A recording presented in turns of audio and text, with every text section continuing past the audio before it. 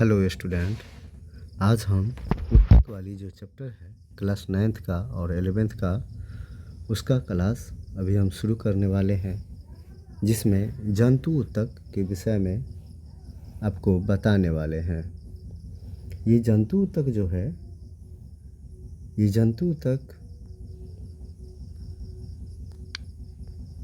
जंतु ऊतक जो है, इस ऊतक में सबसे पहले हम लोग इसका डेफिनेशन जानेंगे।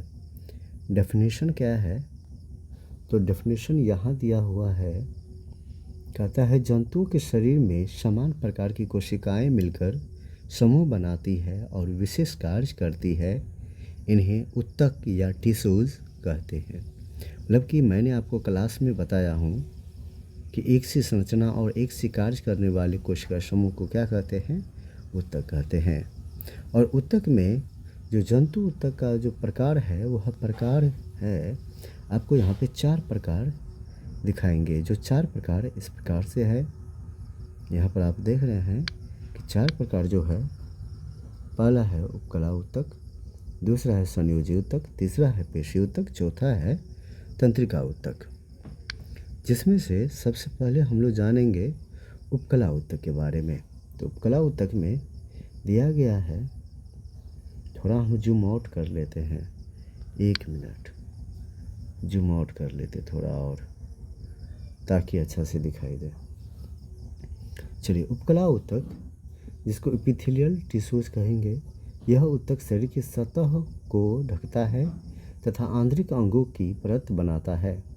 और इनकी विशेषताएं क्या है? कोशिकाएं आपस में समान रूप से जुड़ी रहती है। यहाँ पर समान होगा, समान रूप से जुड़ी रहती है ना। यहाँ पे समान होगा, ध्यान दीजिएगा, यहाँ पे समान होगा, समान रूप से जुड़ी रहती है।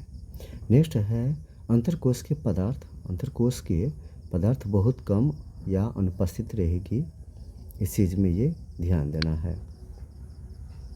अगला है कि यह परतों या ग्रंथियों के रूप में पाया जाता है। परत के रूप में या ग्रंथि के रूप में पाया जाएगा। इसका कार्य है सुरक्षा करना, अवशोषण करना और स्त्रवण करना, सेक्रेशन करना और फिल्टर करना। ये इस उपकला ऊतक का कार्य है। अगर पिक्चर का बात करेंगे तो पिक्चर ये रहा उपकला ऊतक का पिक्चर, जिसमें आप देख रहे हैं उपकला ऊतक में ये जो है ये सेल्स हैं। ये इनके क्या है? सेल्स हैं। ये एक जो है ये एक सेल्स हो गए। इसके बीच का ये जो भी है बैंगनी कलर का, ये इसका केंद्रक है। ये इसका क्या है? केंद्रक है। ठीक है, ये इसके क्या है? केंद्रक है। ये इसका सतह है, ये इसका सतह है। ठीक है, यही उपकला ऊतक का निर्माण करता है। नेक्स्ट उदाहरण में कौन सा आ जाएगा उपकला ऊतक में? तो त्वचा का बाह्य परत आ जाएगा, मुख की आंतरिक सतह हो जाएगा, आंतों की परत हो जाएगी और ग्रंथियाँ हो जाएगी। चलिए, अगला प्रकार है संयोजी ऊतक। तो संयोजी ऊतक में देखना है कि यह ऊतक शरीर के विभिन्न अंगों को जोड़ता है, सहारा देने का काम करता है और भराव का कार्य करता है।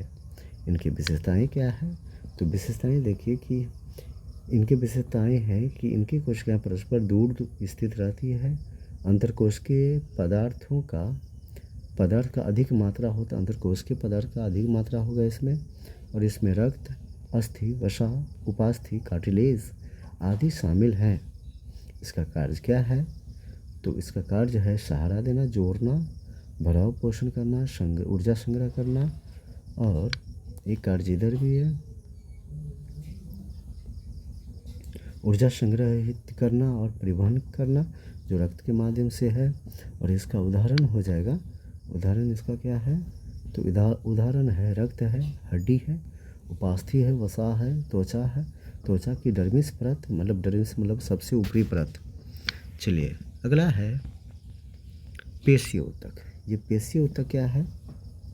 तो ध्यान दीजिएगा, पेशी ऊतक जिसको मस्कुलर टिश्यू कहते हैं, यह ऊतक संकुचन करके शरीर के अंगों की क्या करता है? गति कराता है। जैसे हम लोग कोई भी हाथ पैर को चलाते हैं तो ये काम किसका है? पेशी ऊतक का है। आइए इनकी विशेषताएं की ओर जानेंगे। विशेषताएं क्या है? कोशिकाएं लंबी होगी, पतली होगी, साथ ही साथ रेशेनुमा होगी।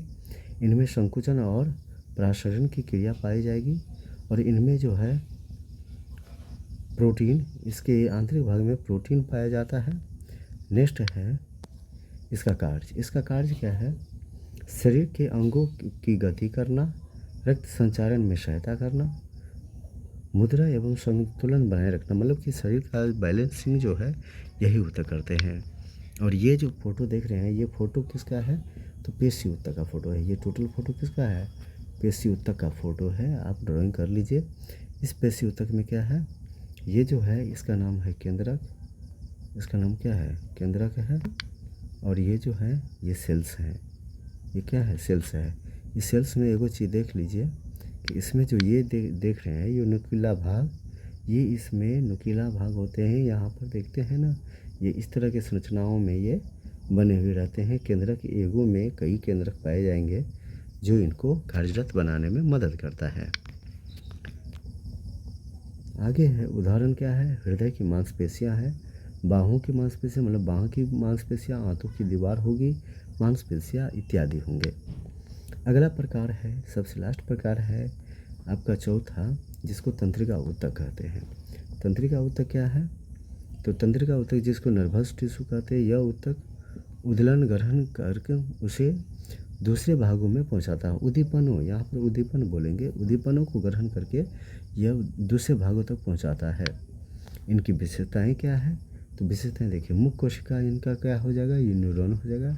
इनमें शाखेनुमा प्रक्षेप, मतलब डेंड्राइट्स जो है वह पाया जाता है, एक्सोन पाया जाएगा। और इसका फ़ोटो हम आगे दिखाने वाला हूँ आपको, ध्यान से वीडियो को देखते रहिएगा। चलिए अगला है कि इनकी कोशिकाएं संपर्क बिंदुओं सिनेप्स द्वारा जुड़ी रहती है। मैंने क्लास में बताया है, अगर ये कोई न्यूरॉन है तो ये जुड़ा हुआ रहेगा इससे, ये अगला न्यूरॉन हो जाएगा, ये फिर जुड़ा हुआ होगा इससे। तो यहाँ पर ये एक दूसरे से क्या बनाता है? यहाँ की जो संरचना हो जाएगी, ये संरचना क्या कहलाएगा? सिनेप्स कहलाएगा। ये संरचना क्या कहलाएगा? सिनेप्स कहलाएगा। ये सिनेप्स हो जाएंगे। ये संरचना क्या हो जाएगा? सिनेप्स हो जाएगा। चलिए आगे बढ़ते हैं। इसका कार्य क्या है? उद्दीपनों को ग्रहण करना। यहाँ पे ये गलत लिखा हुआ है, उद्दीपनों को ग्रहण करना। उद्दीपनों को क्या करना? ग्रहण करना। ठीक है। दूसरा है संदेशों का संप्रेषण करना और शरीर की क्रियाओं को नियंत्रण करना और समन्वय करना। इनका पिक्चर जो है, तंत्रिका का पिक्चर आप देख रहे हैं, यहाँ पर दिया गया है। तंत्रिका पिक्चर में इसको हम लोग साइटोन कहते हैं, इसको डेंड्राइट्स कहते हैं।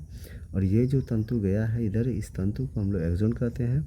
लेकिन इसके ऊपर जो ये पाया गया है इसको माइलिन शीथ कहते हैं। ये जो पीला टाइप का जो देख रहे हैं ये माइलिन शीथ होता है। चलिए अगला इसका उदाहरण क्या है?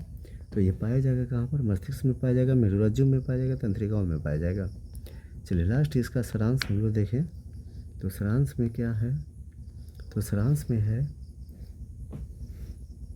कि जंतु में 4 प्रकार का ऊतक पाए जाते हैं। 4 प्रकार का ऊतक पाए जाते हैं। कौन कौन? उपकला ऊतक, संयोजी ऊतक, पेशी ऊतक, तंत्रिका ऊतक।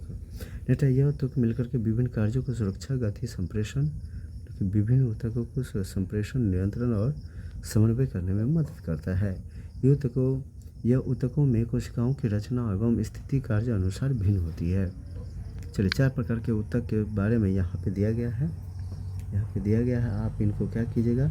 नोट ज़रूर कर लीजिएगा अपने नोटबुक में नोट करके, ठीक है, इसको रीडिंग कीजिएगा। ये विशेषताएं हैं 4 प्रकार के ऊतक की विशेषताएं। ये विशेषताएं ये कोशिकाओं की स्थिति, अंतरकोश के पदार्थ, मुख्य कार्य, उदाहरण, ये सब आप इस तरह से नोट्स कर लीजिएगा। इन सभी को आप क्या कर लेना है? नोट करके आपको रख लेना है। ठीक है, नोट करके इन सबको रख लेना है और रख करके और इसको अध्ययन कीजिएगा। ठीक है, धन्यवाद। और इस वीडियो को आप बार बार ज़रूर देख लें और हो सके तो स्क्रीनशॉट आप ज़रूर रख लें। और ये आपको बहुत से काम आने वाले हैं। ठीक है, धन्यवाद।